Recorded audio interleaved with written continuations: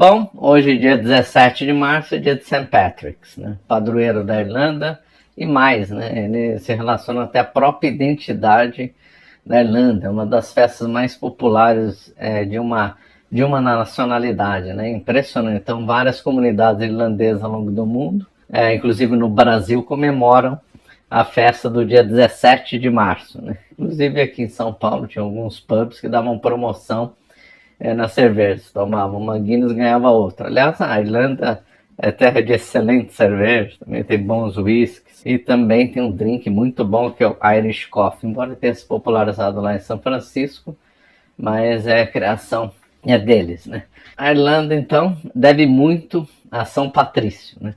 Então vamos falar um pouco da história dele e já vamos misturar um pouco a história da Irlanda, né? Então, a Irlanda, ela não foi dominada pelo Império Romano. O Império Romano tinha contato com a Irlanda, mas o Império Romano não dominou a Irlanda. A Irlanda era dominada pelos celtas, né? Fazia muito tempo, né? Inclusive, mesmo no final do Império Romano, havia uma atividade de tráfico de escravos muito intensa ali na Irlanda. Havia piratas, né? Que navegavam ali no norte da França, na Inglaterra, e capturavam, né, escravos, né? Aliás, a captura de escravos ali no norte da Europa teve uma época que era bem comum, né, por piratas árabes, vikings e tal, que então levavam muito medo lá àquela região, né? Daqui a pouco eu volto para esse tema, mas o St. Patrick's, né, ele morreu dia 17 de março no ano 461, né? Antes da chegada dele lá na ilha, que foi ano de 432, já havia um catolicismo na Irlanda, fraco, feito por mercadores, gente que voltava por causa do comércio e tal. 1 ano ou 2 anos, alguns anos antes de São Patrício chegar na Irlanda, inclusive foi um missionário para lá, cujo nome esqueci, e que foi um marco também no inicial, mas não teve o sucesso de São Patrício, né? O grande início pela valer do catolicismo lá na Irlanda foi por causa dele, né? Então, ele não nasceu na Irlanda, ele nasceu justamente na Inglaterra, e ele foi capturado por piratas e levado como escravo para a Irlanda. Ele era de família católica, mas acho que a biografia dele, acho que ele era batizado, mas não tinha fé.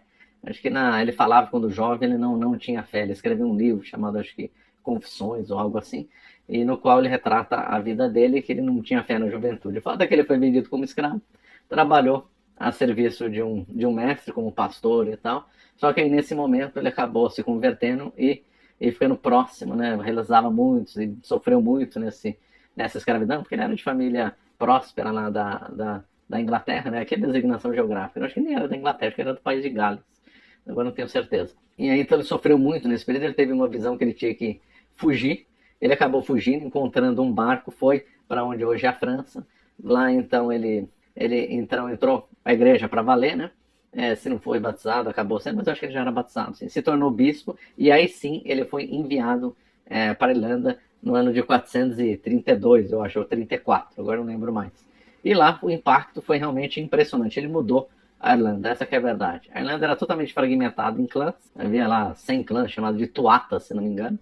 Teoricamente havia um lá que seria o rei de todos, né? Cada tuata tinha o seu rei, que eram clãs, né? Então com relações de lealdade entre eles, mas que sempre brigavam, lutas intermináveis, né?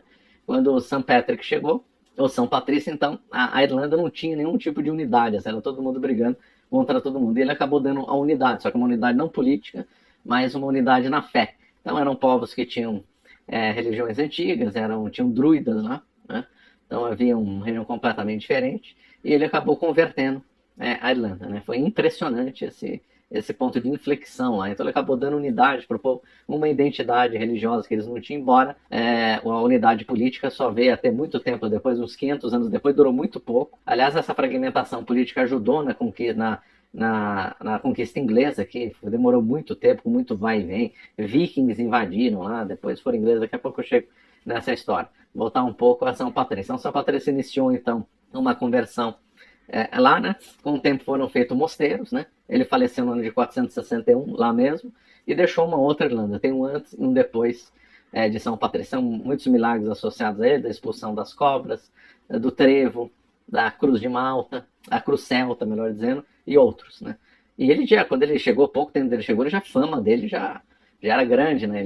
Ele quis então encontrar o seu antigo senhor, não para se vingar, mas inclusive ele ia levar um ouro, ou equivalente em ouro, para pagar a liberdade, já que ele fugiu. Então, na visão dele, ele tinha que indenizar o seu antigo senhor, e a intenção dele, na realidade, era converter o seu antigo senhor. Mas o antigo senhor dele, que eu não lembro o nome, ele acabou ficando com medo de São Patrício e acabou se matando, né?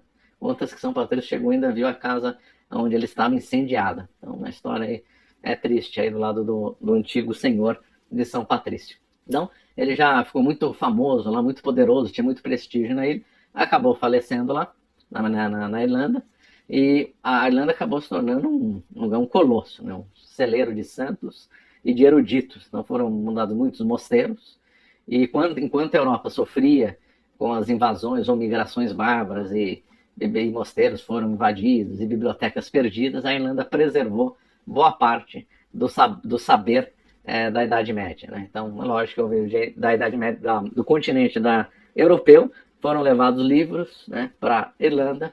Esses eruditos lá na Irlanda aprenderam, havia muitos copistas na Irlanda, muitos mosteiros, de modo que se um ficasse perdido por alguma briga entre um clã, o outro ainda sobreviveria com o saber. Enquanto a Europa continental se perdia em guerras intermináveis, e boa parte dos livros perdidos e o saber correndo o risco de desaparecer para sempre, a Irlanda estava preservando tudo isso. A Irlanda teve uma importância capital na preservação do saber. Textos antigos do tempo do Império Romano, textos latinos, eles então guardaram tudo aquilo.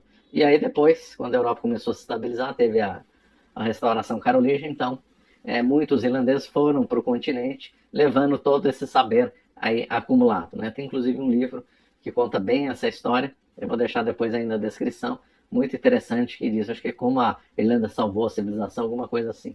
Então, uma história, assim, muito interessante, que teve como início St. Patrick's, né? Muito bom, St. Patrick. E depois a Irlanda, então, se converteu para valer, se tornou uma grande nação católica, só que ela sofria a pressão dos ingleses. Antes da Inglaterra aderir ao protestantismo,